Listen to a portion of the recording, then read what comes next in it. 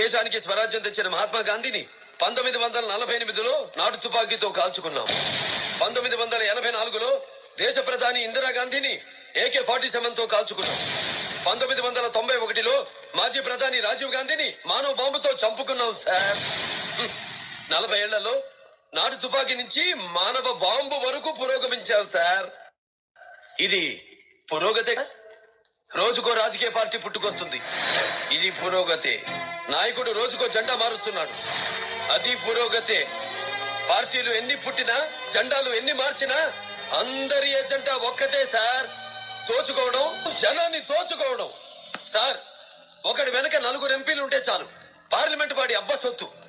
ఒకడి వెనక 10 మంది ఎమ్మెల్యేలు ఉంటే చాలు, రాష్ట్రమంతా వాడి అమ్మ మొగుడి సొత్తు. అందుకే ప్రభుత్వాల మీద నమ్మకాలు పోయాయి సార్.